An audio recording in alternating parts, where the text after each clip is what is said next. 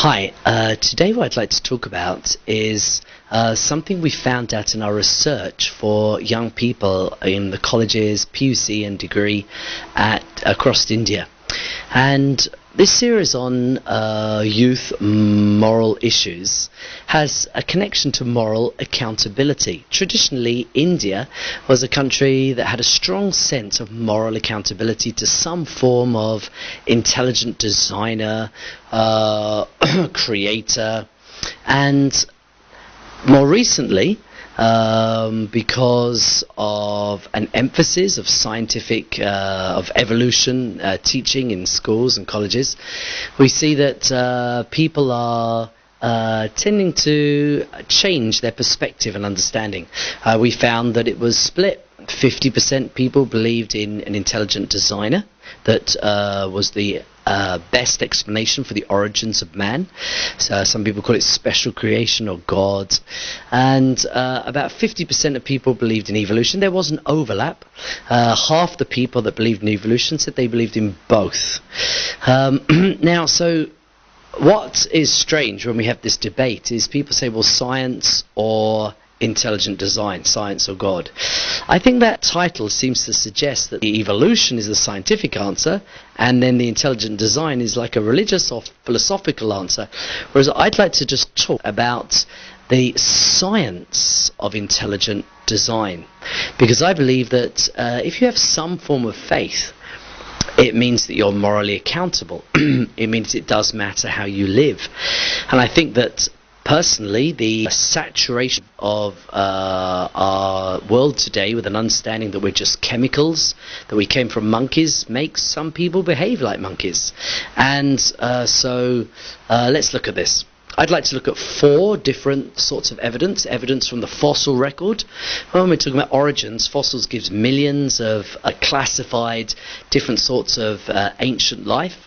I don't claim that I believe one particular age for this universe, but we're going to look at the fossil evidence. Then we're going to look at DNA and the cell. We're going to look at the Big Bang and the origin of the universe, and finally we're going to look at probability and maths.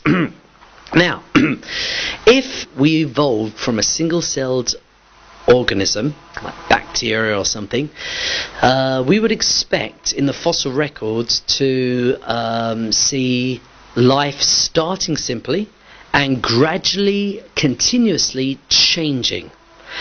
There should be no missing links at all. It should be a continuous stream of evidence of this gradual change. There can be no leap, because they don't believe in a creator, and therefore it's just a genetic mutation. Like a mongrel has a genetic mutation. It's like a disease, which supposedly could, in theory, add some extra survival instinct to help that new species to survive more, and by the survival of the fittest, which no one disputes, it could then develop. Suppose if there was an intelligent designer, we would expect to see life starting complex, evidenced in the fossil record, and there to be distinct groups of phyla or species or animals that were each created in a different group or family by the designer. That's how we'd expect. Now, the scientists tell us that the earliest form of life was the Cambrian periods. And let's look at what Richard Dawkins says about the fossil record of the creatures that lived in that time.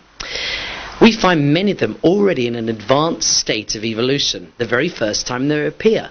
It's as though they were just planted there without any evolutionary history. Needless to say, this appearance of sudden planting has delighted creationists. So in the textbooks, this tree of life which adorns our textbooks, the evidence is only really for the nodes and the outer extremes. The rest is really made up. Richard Dawkins was saying that, in the Cambrian, the earliest periods, spontaneous, advanced life appeared. Darwin, in his Origin of the Species, who came up with this theory of evolution in the first place, this is what he said: innumerable transitional forms must have existed, but why we do not find them embedded in countless numbers in the crust of the earth? Why don't we find them? Why is it not in every geological formation, every stratum full of such intermediate links. Geology assuredly does not reveal any such finely graduated organic chain. And this perhaps is the greatest objection which can be urged against my theory. Now, Charles Darwin thought that that was at his time, but as we went on in science, we would find all these missing links or missing millions of fossils. We'd find it later on. But this is what all these quotes I'm quoting from evolutionists. So there's no religious bias. All these are atheists, scientists who don't actually believe in intelligent design. But let's look at their honest confessions of the weakness of the theory. David Ralph, Chicago Field Museum of Natural History, says, "We are now 120 years after Darwin, and the knowledge of fossil record has been greatly expanded. We now have 250,000 fossil species. But the situation hasn't changed much. Ironically, we have fewer examples of evolutionary transition than we had in Darwin's time." So, basically, this is what you'd expect. If man came from fish and monkeys and bacteria, then this is what we'd expect in the fossil record, a continuous slow change of millions of species with no gaps. Unfortunately, this is what we find. The evidence is of each of the species plus or minus. People say this word missing link or transitional form, but missing link as if to say it's a singular. That itself is deceiving. There's no link at all. There's no chain at all. It's distinct species of animals. Minor adaptations are well documented, but Darwin took the microevolution and applied it on a macro level. He explained survival of the fittest. He didn't explain arrival of the fittest. When we look at microevolution, like the lengths of his features, it's just scrambled genetic information. There's no new code.